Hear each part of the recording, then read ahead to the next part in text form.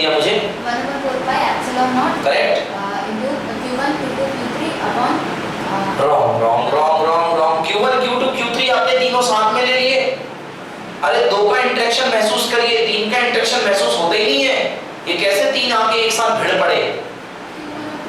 नहीं नहीं नहीं नहीं नहीं नहीं नहीं 1/4 pi epsilon naught into Q1 Q2 upon R12 plus Q2 Q3 upon R23 plus Q1 Q3 upon R13। आया समझ में?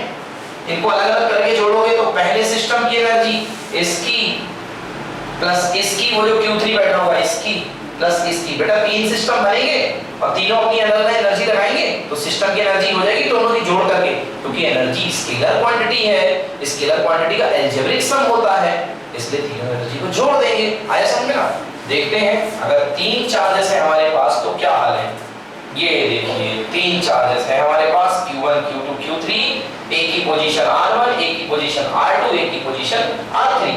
तो यहाँ मैंने क्या लिख दिया R12। बच्चे तो इतने होशियार हैं कि इसको R12 को R2 - R1 लिख लेंगे, वो पढ़ा उन्होंने है ना, और मॉड लगा देंगे क्योंकि नीचे क्या चाहिए, मैग्नीट्यूड लेंथ चाहिए। तो फार्मूला बना दीजिए sir 1/4 pi epsilon naught Q1 upon Q2 इतना, 1/4 pi epsilon naught Q1 Q3 इतना, 1/4 pi मतलब कॉमन ले लीजिए ये आ गया समझ में? क्लियर? कुछ नहीं आता समझ में, ब्लैंक जीरो आ गया ना? चलो अच्छा आप हंस भी ऐसे दोगे जैसे सब कुछ आ गया समझ में। हाँ फुल कंफर्टेबल। सर आप तो आगे का पूछ लो, हम तो बता देंगे।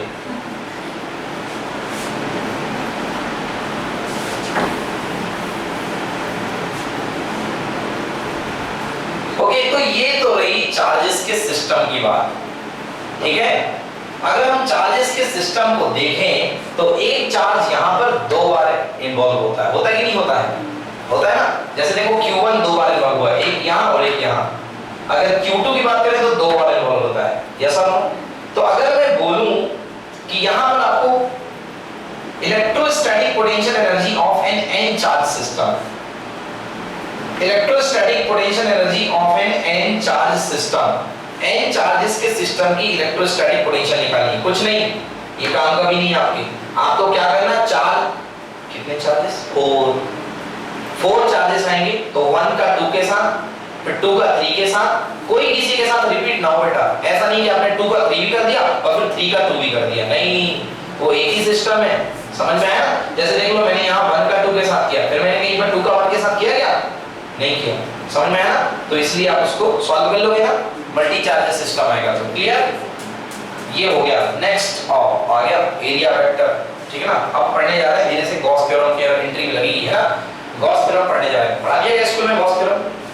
चलिए गॉस थ्योरम के लिए सबसे पहले हमें जानना जरूरी है एरिया वेक्टर क्या होता है। जैसे कि एरिया वेक्टर एक्चुअली ये होता है कि हर कोई प्लेन है, जैसे ये कोई प्लेन है, इसकी दो डायरेक्शन होती है, इस प्लेन की दो डायरेक्शन है, एक अपवर्ड और एक डाउनवर्ड। ये भी होता है नॉर्मल और ये भी होता है नॉर्मल। अगर आप इस नॉर्मल की बात करें ऊपर वाले की तो इसको बोलते हैं ds वेक्टर, और अगर नीचे वाले नॉर्मल की बात करें तो ये होता है -ds वेक्टर। समझ गया ना? ये होता है ds वेक्टर, ये होता है -ds वेक्टर। अगर आप इसको +ds मान रहे हो तो इसको -ds मानोगे। क्लियर है? बहुत हद तक कई लोग ये भी कहते हैं कि जो प्लेन की डायरेक्शन होती है वो ऊपर जानी की नीचे जानी, वो प्लेन को घुमाने के बाद समझ में आती है। प्लेन को घुमाने के बाद आपने देखा होगा कुछ बच्चे जो होते हैं यहाँ पे उंगली में रख करके इसको घुमाया करते हैं किताबों को, तो ऐसे ऐसे घूमती है। तो ऐसा लगता है कि एक समय आएगा अगर वहां पे स्क्रू लगा दिया जाता, नट लगा दिया जाता और उनकी उंगली जो होती नट में यदि घुस जाती तो वो उंगली धीरे धीरे ऊपर आ जाती। ये समझ लो अगर ऐसे ऐसे घूमता है तो मतलब समझिए इसको ऐसे ऐसे करते करते मैंने ऐसे कर लिया। फ्लेमिंग का राइट हैंड रूल, अगर ये डायरेक्शन है क्या है भाई, एंटी क्लॉकवाइज। कौन सी है? Anti clockwise. घड़ी ऐसे ऐसे नहीं चलती है ना, तो ये एंटी क्लॉकवाइज है। अगर एंटी क्लॉकवाइज है तो ऊपर जाएगा और अगर क्लॉकवाइज है तो नीचे। ये है प्लेन की डायरेक्शन राइट हैंड रूल से। तो अगर वो इसको ऐसा घुमा रहे हैं एंटी क्लॉकवाइज, ठीक है ना, अगर वो इसको एंटी क्लॉकवाइज घुमा रहे हैं तो ऊपर जाएगा हाथ, अगर क्लॉकवाइज घुमा रहे हैं तो नीचे आएगा। क्लियर? आगे समझ में? चलिए बात करते हैं। तो ये तो मैं यहाँ पे था ही, ये है ds वेक्टर, ये है ds वेक्टर। ds वेक्टर की लंबाई तो बहुत दूर तक जाएगी, मगर इसका यूनिट वेक्टर हुआ करता है जिसकी लेंथ होती है 1, उसको हम क्या बोलते हैं, n कैप। क्या बोलते हैं, n कैप। बेटा ये ds वेक्टर है कंप्लीट ऊपर की ओर। अच्छा इन लोगों ने और इसमें कलाकारी कर दी, ये टोटल सरफेस का नाम मान लिया s। क्या मान लिया, s। इसमें से छोटा टुकड़ा मान लिया ds। क्या मान लिया, तो उस छोटे टुकड़े का जो टोटल वेक्टर है वो है ds वेक्टर, और उसका जो छोटा सा वेक्टर आएगा यूनिट वेक्टर। बेटा समझो वेक्टर और यूनिट वेक्टर में फर्क क्या है। यूनिट वेक्टर एक ऐसा वेक्टर है जो केवल दिशा बता के छोड़ देता है। जैसे ये वेक्टर की लंबाई है 100, अगर मैं दिशा के नाम पे मैंने इस पूरे का मल्टीप्लाई कर दिया तो वो अपना 100 का भी मल्टीप्लाई कर देगा, है ना। मैंने कहा तुमसे तुम्हारी दिशा क्या है, बोले इतना सा पकड़ लो, बस हो गया। बोले ये कितना है, बोले वो पूरा कितना था, बोले a वेक्टर। बोले तो ये कितना होगा, बोले 1 है। बोले 1 है एक्चुअली होगा कितना, बोले पूरा वेक्टर दिया है, तुमको कितने हिस्से चाहिए। हमने कहा मुझे 1 हिस्सा चाहिए। तो बोले जब 100 हिस्से दिए हैं, 1 हिस्से बदलने के लिए कितने का डिवाइड करोगे, 100 का। कितने का, 100 का। यस और नो। तो इसलिए तो बोलते हैं कि a कैप किसी वेक्टर का unit vector is equal to complete vector upon उसका टोटल मैग्नीट्यूड। आया समझ। तो ये यूनिट वेक्टर है। n कैप क्या है इसका, केवल डायरेक्शन बताने के लिए यूज होता है। तो surface, small area of a surface can be represented by A vector. चलिए ये देखिए, ये ds वेक्टर था और ds वेक्टर का यूनिट वेक्टर कितना है, n कैप। इसका यूनिट वेक्टर कितना है, n कैप। मैंने इलेक्ट्रिक फ्लक्स आपको बताया था उस दिन। इलेक्ट्रिक फ्लक्स किसी सरफेस से परपेंडिकुलर जाने वाली इलेक्ट्रिक लाइंस ऑफ फोर्सेस को हम इलेक्ट्रिक फ्लक्स बोलते हैं। किसी सरफेस से जो परपेंडिकुलरली जो लाइंस ऑफ फोर्सेस जाती हैं, नॉर्मली भी होता है, परपेंडिकुलर नाम होता है नॉर्मल। किसी सरफेस से कितनी नॉर्मली लाइन जाती है उनको बोलते हैं electric flux. So electric flux linked with any surface is defined as the total number of electric lines of forces passing normally through that surface. Very very important, इसको तो लिखना पड़ेगा, मैंने लिखी हुई है। देखिए electric flux, electric flux linked with any surface, electric flux linked with any surface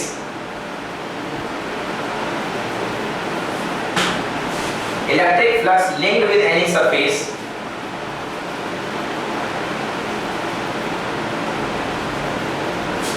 is defined as the number of electric lines of force is defined as the number of electric lines of force that normally pass through that surface, that normally pass through that surface.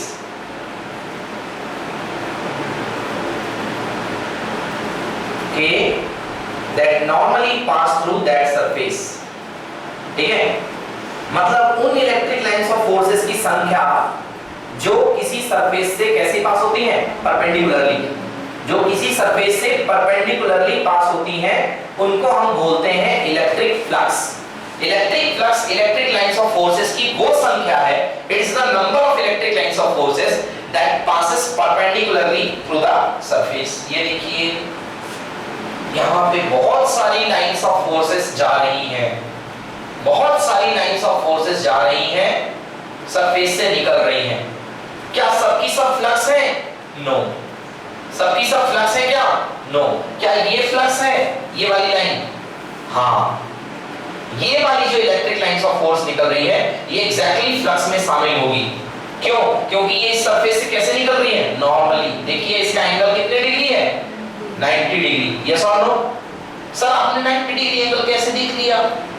हाँ sir याद आया, आपने बताया था अगर surface curve हो तो क्या खींचो, टेंजेंट। पर टेंजेंट का एंगल देखो कितने डिग्री, 90 डिग्री। अब यहाँ देखिए इस पर टेंजेंट ये है, क्या ये एंगल 90 डिग्री है? नहीं, ये एंगल 90 डिग्री नहीं है। इसलिए हमें यहाँ पे ये जो लाइन है, ये जो इलेक्ट्रिक फील्ड है, ये फ्लक्स में शामिल नहीं होगा। अगर ये एंगल थीटा है, अगर ये एंगल थीटा है, क्योंकि इलेक्ट्रिक लाइन, इसका जो इलेक्ट्रिक फील्ड है, अगर ये मान लो वैसे इसमें कुछ हो रहा है तो इसका इलेक्ट्रिक फील्ड जो है ऐसे। तो अब थोड़ा सा मुझे वर्क याद दिलाना पड़ेगा आपको। फोर्स, बॉक्स W, ये फोर्स लगता रहा है या ये फोर्स लगता रहा है और ये डिस्प्लेसमेंट होती है D। तो आपको याद होगा कि मैं वर्क निकालने के लिए फोर्स का वो कंपोनेंट लेता हूं जो डिस्प्लेसमेंट के अलोंग लगता है। तो ये एंगल थीटा था, तो फार्मूला होता था फोर्स कॉस थीटा। अरे भाई डिस्टेंस के अलोंग कौन सा लगा? फोर्स कॉस थीटा लगा, तो फार्मूला होता था F cos theta into D। मतलब मुझे वो ये F sin थीटा है, ये तो डिसयूटिलाइज्ड है, बर्बाद, कोई काम का नहीं है, क्योंकि ये फोर्स तो अपना ग्रेविटी के अलोंग लगा रहा है ना, ये तो ऊपर नीचे कर रहा है। ये कंपोनेंट आप किसी बॉडी को ऐसे पुल कर रहे हो तो उसके दो कंपोनेंट हैं, एक F cos थीटा, एक F sin थीटा। अगर आप इधर की डायरेक्शन में फोर्स की बात कर रहे हो, कितना वर्क किया, तो आपको यहाँ की डायरेक्शन का फोर्स लेना पड़ेगा। फिर ये फोर्स बर्बाद है, ये कोई काम का नहीं है, क्योंकि ये फोर्स तो लग रहा है, मालूम ये किस तरफ वर्क करेगा? ग्रेविटी साइड में, अप एंड डाउन, मगर स्लाइडिंग के लिए ये होगा। इसलिए हमें इलेक्ट्रिक फील्ड का वो कंपोनेंट लेना है जो सरफेस के नॉर्मल हो, जो सरफेस के, जला दो फिर से यहां वापस, ये था ऐसा कुछ मामला। टेंजेंट ये है, टेंजेंट ये है, यस और नो? मतलब इलेक्ट्रिक फील्ड ये जा रहा है, ठीक है? एक कंपोनेंट निकलेगा, अगर ये एंगल थीटा है तो ये कंपोनेंट निकलेगा E cos थीटा, से यस और नो? E cos थीटा, और ये कंपोनेंट निकलेगा E sin थीटा। आई बात समझ में ना? हमें केवल वही कंपोनेंट लेना है फ्लक्स के लिए जो सरफेस के नॉर्मल है, जो सरफेस के, कौन सा दिख रहा है? ये वाला, समझ गए ना? अभी थीटा में मत जाइए, cos थीटा sin थीटा में मत जाइए। मतलब मैं केवल ये कह रहा हूं कि अगर यहाँ पे फील्ड ऐसा जा रहा है तो इसको दो कंपोनेंट में ब्रेक कर दो, एक नॉर्मल और एक अलोंग। देखिए ये जो क्या है, ये रिजल्टेंट बन गया, हाँ ठीक है बन गया, हमने दो पार्ट में तोड़ दिया। जब आप दो को मिला के एक कर सकते हो तो मैं एक को मिला के दो भी तो कर सकता हूँ, एक को तोड़ के दो कर सकता हूँ। मैंने इसके दो कंपोनेंट कर दिए, क्या किया ना, यहाँ पे फोर्स को तोड़ दिया था, F cos theta F sin theta. अब यहाँ पे किस कंपोनेंट का काम था? अलोंग कंपोनेंट का। यहाँ पे अलोंग का काम नहीं है, सरफेस के अलोंग का काम नहीं है, यहाँ पर आपको वो चाहिए है जो सरफेस के परपेंडिकुलर है। आई बात समझ में ना? एक बार और देखो, ये मेरे पास है एक सरफेस, यहां से निकली एक line, electric lines of forces, ये देखो अटैक करते हुए ये निकली। इस इलेक्ट्रिक लाइंस ऑफ फोर्सेस का सरफेस के साथ एंगल कितना है? थीटा। ये ऐसे एक सरफेस रखा है, ये अटैक करके जुई इस तरीके से निकल गई इस तरीके से। अब इसका सरफेस के साथ एंगल कितना है? थीटा। भूल जाओ। अब आपको जो एंगल दिया गया है वो सरफेस के साथ नहीं देगा, वो आपको एंगल देगा नॉर्मल के साथ। किसके साथ देगा?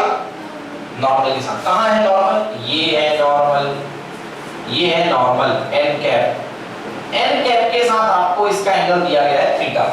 फिर से आ जाओ, ये लाइन एक प्लेन शीट है, ये एक प्लेन शीट है, ये यहां से इलेक्ट्रिक फील्ड का हमला हुआ, जुई निकल गई टकराते हुए इसको, ये जा रही है। क्या ये परपेंडिकुलर इसके? नहीं, परपेंडिकुलर नहीं है। इसके दो कंपोनेंट होंगे, एक ये और एक ये कंपोनेंट इसका फ्लक्स में शामिल नहीं होगा, वेस्ट। कौन सा कंपोनेंट शामिल होगा? ये है सर। इसके नॉर्मल की दिशा वाला कंपोनेंट शामिल होगा जो इसकी दिशा के अलोंग है, नॉर्मल के अलोंग है। तो ये वाला एंगल जो है, ये वाला एंगल नॉर्मल के साथ एंगल है थीटा। क्या है नॉर्मल के साथ एंगल? थीटा। तो ये फील्ड अगर E है तो नॉर्मल के साथ अगर एंगल थीटा है तो ये कंपोनेंट क्या होगा? E cos theta. और ये जो कंपोनेंट टूटेगा वो क्या होगा? E sin theta. तो बताओ बच्चों, फ्लक्स कितना हुआ? E cos theta. तो जो फ्लक्स होगा वो कितना होगा? E cos theta. आई बात समझ में ना? आगे अच्छे समझ में? तो फ्लक्स जो होगा वो E cos थीटा होगा। अब आइए डिटेल में बात करते हैं। देखिए ये अपने पास, फिर से मैं पूछ रहा हूं, क्या इसमें सबके सब इलेक्ट्रिक फील्ड फ्लक्स होंगी? नहीं। जो हैं, जो दिख रही है, जो नॉर्मल है उनको ठीक है। अब जो नॉर्मल नहीं है उनके हमको कंपोनेंट लेने पड़ेंगे। कौन से कंपोनेंट? Cos component. कौन से कंपोनेंट? वो सारे के सारे कंपोनेंट किस तरफ जाएंगे? नॉर्मल की तरफ। ये देखिए यहां पर ये जो E है वो तो ds के अलोंग है, मतलब पूरा पूरा शामिल होगा। यहां पर जो E है वो ds के अलोंग है, वो पूरा पूरा शामिल होगा। मगर यहां का ds कहां है? ये देखिए, ये यहां का इस फील्ड का ds कहां जा रहा है? ऊपर जा रहा है। क्यों जा रहा है भाई? बना के देख लीजिए टेंजेंट। ये देखिए इसका ds ऊपर की ओर जा रहा है, नॉर्मल इसका बाहर की ओर जा रहा है। जा रहा है ना? अब नॉर्मल जा रहा है बाहर की ओर और इलेक्ट्रिक फील्ड है यहां की ओर। तो इलेक्ट्रिक फील्ड का थीटा की तरफ कंपोनेंट जो टूटेगा वो होगा E cos, बोलो भाई होगा कि नहीं होगा? इलेक्ट्रिक फील्ड का थीटा की तरफ जो कंपोनेंट होगा वो होगा E cos थीटा। तो इस पॉइंट से जो लिंक फ्लक्स होगा वो होगा E cos थीटा। आ गया समझ में ना? इस पॉइंट से जो लिंक फ्लक्स होगा वो होगा E cos थीटा। आपसे पूछा गया इस पॉइंट से लिंक फ्लक्स कितना है? देखा गया इस पॉइंट से लिंक फ्लक्स, यहां से लिंक फ्लक्स कितना है? यहां पर से लिंक फ्लक्स जो है E cos थीटा लेने का तो मन में था, मगर यहां पे थीटा की वैल्यू एग्जैक्टली कितनी है? 90। तो E cos 90 0। अरे ये तो पूरा सरफेस के पैरेलल जा रहा है, कहां मिलेगा इसमें फ्लक्स? ये सरफेस के पैरेलल है, आप खुद देखो। अब उसमें समझ में नहीं आता, यही तो दिक्कत है। ये आपने ले ली सरफेस, अब आपने यहां से फील्ड भेज दिया, लो बताओ कितना फ्लक्स गया? 0, कुछ है ही नहीं है। आपने ये ले ली फील्ड, ये ले ली प्लेट, ये है सरफेस। सरफेस का नॉर्मली होगा।